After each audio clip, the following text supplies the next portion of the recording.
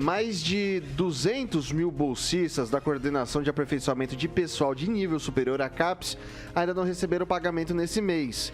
Segundo a Fundação, vinculada ao Ministério da Educação, os pagamentos a estudantes de mestrado, doutorado, pós-doutorado e de integrantes de programas voltados à formação de professores da educação básica deviam ter sido feitos até hoje, mas precisaram ser adiados por conta dos contingenciamentos orçamentários impostos pelo Ministério da Economia. Ontem, a CAPES divulgou uma nota na qual afirma que cobrou das autoridades competentes, abre aspas, a imediata desobstrução dos recursos financeiros essenciais para o desempenho regular de suas funções. Sem os recursos, a Fundação diz que a própria entidade e seus bolsistas já começam a sofrer severa asfixia. A CAPES é responsável pela expansão e consolidação da pós-graduação do país, o que engloba desde investimentos de informação de mestres e doutores, a divulgação de produção científica e a avaliação da pós-graduação. É responsável também pela formação de professores da educação básica. Entre as bolsas pagas pela CAPES estão as de R$ 1.500 para mestrado, R$ 2.200 para doutorado e R$ 4.100 para pós-doutorado. Na nota, após dois contingenciamentos orçamentários feitos pelo Ministério da Economia, a CAPES diz que tomou medidas internas de priorização para assegurar o pagamento integral de todas as bolsas e auxílios, de modo que nenhuma das consequências dessas restrições viesse a ser suportada pelos alunos e pesquisadores vinculados à Fundação. Começa com o professor Itamar. Então, Vitor, disseram que os residentes, médicos residentes, também não estavam recebendo. Eu recebi uma comunicação de um que é residente que já recebeu. Mas eu gostaria de falar com respeito às bolsas da CAPES de modo geral. Conheço do assunto, eu recebi bolsas durante 6 anos da CAPES. Então, sei qual é a rotina. Às vezes atrasa, sim, tem esses contingenciamentos, mas eu nunca deixei de receber um mês. Atrasava 10, 15 dias, outros meses vinha no dia certo. Então isso faz parte da rotina. Eu sei que a grande mídia pauta isso na perspectiva de vamos jogar culpa em tudo que não estiver como nós desejamos no Bolsonaro, né? É uma estratégia, é uma narrativa. No entanto, essa alteração na data do pagamento é algo comum. E olha que eu recebi por 6 anos bolsa da CAPES. É isso, Vitor. Eu vou passar para o francês agora. Se o professor disse, ele já esteve dependendo da CAPES, quem sou eu para dizer alguma coisa? Isso faz parte, algum atraso, algum adiamento, e vida que segue. Não vou entrar na política por causa disso. Ô Celestino, diante dos superávites que a gente apresentou no Brasil recentemente, são superávites muito, muito consistentes. Será que não dava para priorizar? Porque assim, o funcionamento é que assim, a pessoa acaba sendo, não dá para comparar com um salário, porque você não tem FGTS, não tem um subsídio como se fosse dos vereadores, você não tem uma bolsa de pesquisa, mas é o trabalho dessas pessoas. Muitos dos trabalhos de mestrado e doutorado você tem dedicação exclusiva, você não pode trabalhar com outra coisa, então chegar no fim do mês e não receber esse valor é como se fosse um atraso de salário. Diante desses superávites que a gente teve, né, o que justifica esse atraso?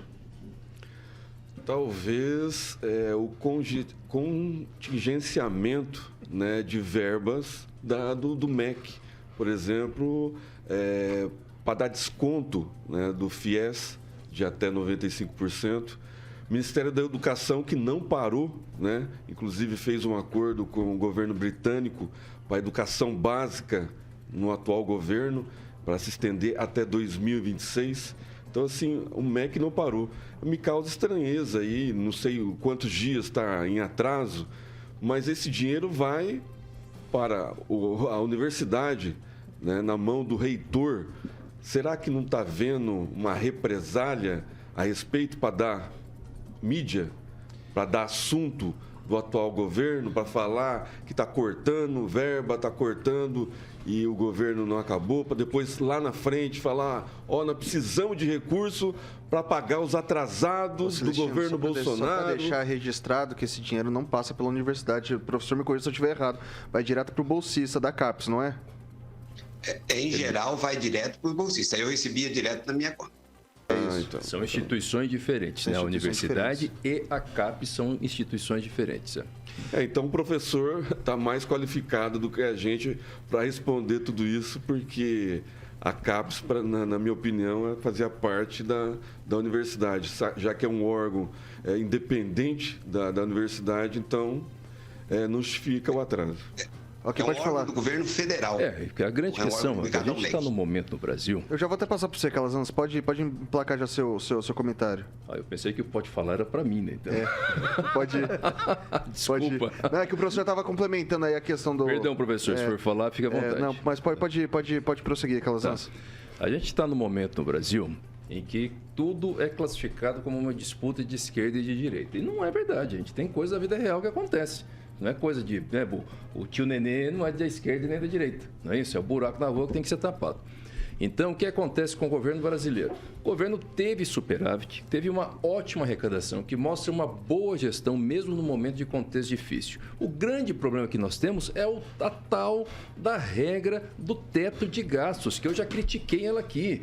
Muita gente fica defendendo essa regra de teto de gastos, mas sem conhecer um pouco mais profundamente, de forma superficial. É claro que a gente precisa de uma regra que limite os gastos. É necessário. Mas do jeito que foi feito lá no governo Temer, foi sem contexto, foi sem uma preparação do Brasil. Então agora o governo tem dinheiro e não pode gastar. E aí atrasa. Agora o atraso acontece? Não é a primeira vez, já atrasou um monte. Mas nem por isso tem que justificar, porque de fato, uma pessoa que está lá se dedicando à própria vida, que fica 24 horas por dia estudando, pelo bem do Brasil, inclusive, porque a gente tem que produzir mais ciência e essas pessoas acreditam nisso, faz muita diferença para ela ter que ir lá negociar um aluguel, entendeu? Porque ela tem que pagar aluguel com esses R$2.000 que ela recebe, então não é bom que haja o atraso. Então está na hora da gente fazer uma revisão estrutural com essa regra de teste de gastos. Tem que ter teto? Tem, mas tem que ser de acordo com a nossa realidade, de acordo com uma forma que o Brasil possa se planejar mais efetivamente para ter uma regra desse tipo. Ok, vou passar para o Edivaldo Magro agora. Na verdade, a pauta nasceu dentro do governo, veio da empresa brasileira de comunicação, a EBC. Há poucos instantes, agora ainda à tarde, o Ministério da Educação realocou 300 milhões para o Ministério da Educação para começar a dar conta disso. Ministério da Economia realocou para a Educação. Para a Educação. Viu, mas ele tinha cortado 328 mil no dia 1º 552 milhões, 344 mais 208 milhões. Em outubro. Eu acredito que não está tão atrasado. Normalmente é em torno de 10 dias, né, que paga, mas cria um ambiente assim de muita insegurança para quem está estudando. Eu acompanhei um caso hoje, tem uma amiga que estuda no Rio de Janeiro, ela estuda lá na Federal do Rio de Janeiro, e ela é doutoranda, né, na área de Química lá, e ela cria um ambiente assim, muito de transtorno, de tensão, né, entre os estudantes. Mas é de se supor que esse dinheiro deve cair na conta dos estudantes agora, nos próximos dias, considerando essa realocação de recursos feita pelo Ministério para a Educação. Obviamente deve ter um trâmite, não sei exatamente como funciona, mas a área tão importante quando o doutorado de pesquisa no país, a gente atrasa tanto isso, é um problema que não devia ter, né, com a educação, devia ter sempre irrigar com dinheiro no momento certo. Aí o que você tem? Você tem um êxodo, né, uma evasão de pesquisadores que acaba indo para o exterior, terminando o seu mestrado, seu doutorado, é uma outra questão também. A gente paga também esses doutorandos, depois eles vão embora e não devolvem nada aqui. Mas aí é outro pesquisadores debate, né, brasileiros no exterior, inclusive, que também dependem da bolsa. De bolsa. Eu até surpreso com o valor, eu acho o valor muito pouco. É baixíssimo. Um doutorado, R$2.200 para doutorado, né? É baixo, na verdade, assim, porque a gente tem Bolsa CNPq, CAPES, e a gente tem algumas outras instituições que pagam bolsa. Fundação Araucária, aqui para o senhor, uma delas. Você tem a FAPESP no estado de São Paulo, que paga uma bolsa um pouco melhor, mas essas bolsas de mestrado e doutorado há muito não são reajustadas de uma maneira que reflete a situação brasileira do ponto de vista econômico da inflação.